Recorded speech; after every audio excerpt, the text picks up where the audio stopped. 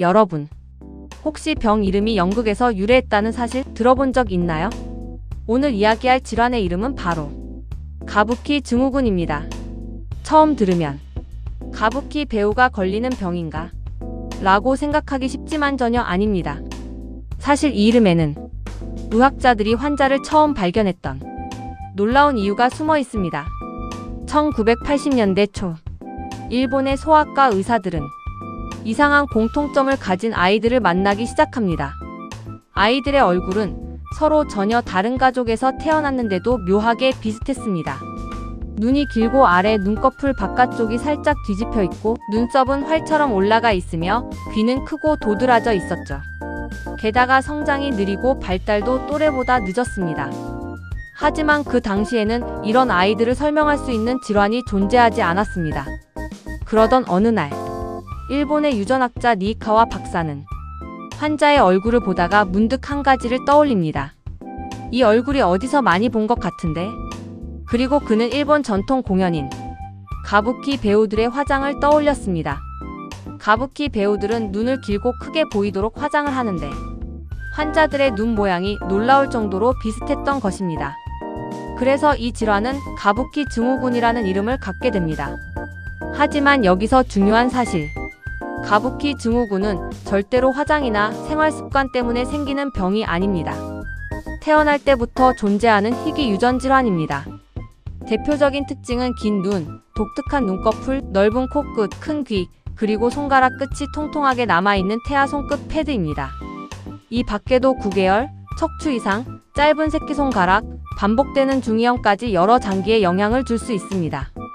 또한 심장, 신장, 면역, 청력, 성장, 발달까지 한 가지 질환이 몸 전체에 영향을 줄 수 있는 것이죠. 1988년, 연구진은 무려 62명의 환자를 분석했습니다. 그리고 거의 모든 환자에게 공통적인 얼굴 특징이 있다는 사실을 발견합니다. 또한 90% 이상에서 골격 이상, 피부 특징, 발달 지연이 함께 나타났습니다. 그때부터 가부키 증후군은 하나의 독립적인 희귀 질환으로 인정받기 시작합니다. 그리고 2010년, DNA 분석 기술이 발전하면서 마침내 숨겨져 있던 원인이 밝혀집니다. 그 원인 유전자의 이름은 KMT2D 그리고 KDM6A. 이 두 유전자가 우리 몸의 유전자 스위치를 조절하는 중요한 역할을 한다는 사실이 드러났습니다. 그렇다면 이 유전자에 문제가 생기면 우리 몸에서는 무슨 일이 벌어질까요? 우리 몸에는 약 2만 개의 유전자가 있습니다.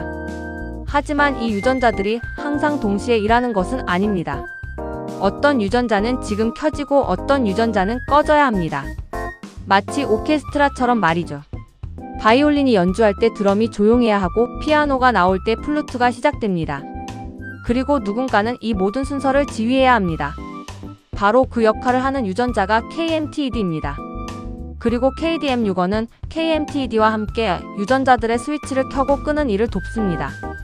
발달 과정에서 유전자들이 제 시간에 켜지지 않으면 여러 장기가 동시에 영향을 받을 수 있습니다. 그래서 가부키 증후군에서는 얼굴만 변하는 것이 아닙니다. 심장 기형이 생기기도 하고 신장 이상이 나타나기도 하며 청력이 떨어질 수도 있고 면역 기능이 약해질 수도 있습니다. 또 근육의 긴장도가 낮아져 아기가 힘없이 축 처져 보이거나 발달이 늦어질 수도 있습니다. 특히 흥미로운 사실이 하나 있습니다. 가부키 증후군 아이들은 어릴 때 중이염을 반복해서 겪는 경우가 많습니다. 단순 감기로 생각했던 문제가 사실은 희귀 질환의 단서였던 경우도 있었습니다. 또 하나 놀라운 점. 처음에는 가부키 증후군이 일본에서만 발견되는 병인 줄 알았습니다. 하지만 시간이 지나면서 유럽, 미국, 중동, 태국, 호주, 뉴질랜드 등 전 세계에서 같은 환자들이 발견되기 시작합니다. 인종이 달라도 얼굴 특징은 놀라울 정도로 비슷했습니다. 많은 부모님들이 가장 먼저 하는 질문이 있습니다. 혹시 제가 아이에게 물려준 건가요? 다행히도 대부분의 경우는 그렇지 않습니다. 연구 결과 상당수 환자는 부모에게 없던 새로운 돌연 변이가 아이에게 우연히 발생한 경우였습니다. 물론 일부 가족에서는 부모에게서 자녀로 유전되는 사례도 보고되었지만 대부분은 예측하기 어려운 새로운 유전자 변화였습니다. 최근 연구에서는 가부키 증후군 환자들이 생각보다 훨씬 다양한 특징을 보인다는 사실이 밝혀졌습니다. 어떤 아이는 심장 문제가 심하고 어떤 아이는 면역 문제가 먼저 나타나며 또 다른 아이는 비교적 건강하게 성장하기도 합니다. 같은 유전자 이상인데도 왜 이렇게 다를까요? 과연 치료가 가능할까요? 안타깝게도 현재까지는 유전자 자체를 완전히 고치는 치료는 없습니다. 하지만 희망적인 변화는 계속 이어지고 있습니다. 가부키 증후군은 한 가지 증상만 나타나는 질환이 아닙니다. 그래서 치료도 한 명의 의사가 해결할 수 없습니다. 소아청소년과 유전의학과, 심장내과, 이비인후과, 재활의학과, 치과, 안과, 그리고 필요하다면 면역 전문의까지 여러 분야의 의료진이 함께 아이를 돌보는 것이 가장 중요합니다. 예를 들어 심장 기형이 있다면 수술을 통해 치료할 수 있습니다. 구개열이 있다면 성장 과정에서 수술을 받을 수도 있습니다. 반복되는 중이염은 청력 저하로 이어질 수 있기 때문에 조기에 치료해야 합니다. 발달이 늦다면 언어치료와 작업치료, 물리치료가 큰 도움이 될 수 있습니다. 즉, 가부키 증후군 자체를 없애지는 못하더라도 증상을 관리하면서 삶의 질을 크게 높일 수 있습니다. 그리고 최근 연구에서는 조금 의외의 사실도 발견됐습니다. 일부 환자들은 면역력이 약해 감염이 반복되기도 하고 자가면역 질환이 함께 나타나기도 합니다. 실제로 연구에서는 이뮤노글로불린 A나 이뮤노글로불린 G 같은 항체가 낮은 환자들이 적지 않았습니다. 그래서 단순히 감기에 자주 걸리는 아이라고 생각했던 경우가 사실은 가부키 증후군의 일부 증상이었던 것입니다. 또 가부키 증후군 아이들의 부모를 인터뷰한 연구에서는 많은 부모들이 공통적으로 비슷한 이야기를 했습니다. 아이들이 음악을 좋아하고 오랫동안 기억하는 능력이 뛰어난 경우가 있었으며 사람들과 눈을 잘 마주치지 않는 행동도 일부에서 관찰됐습니다.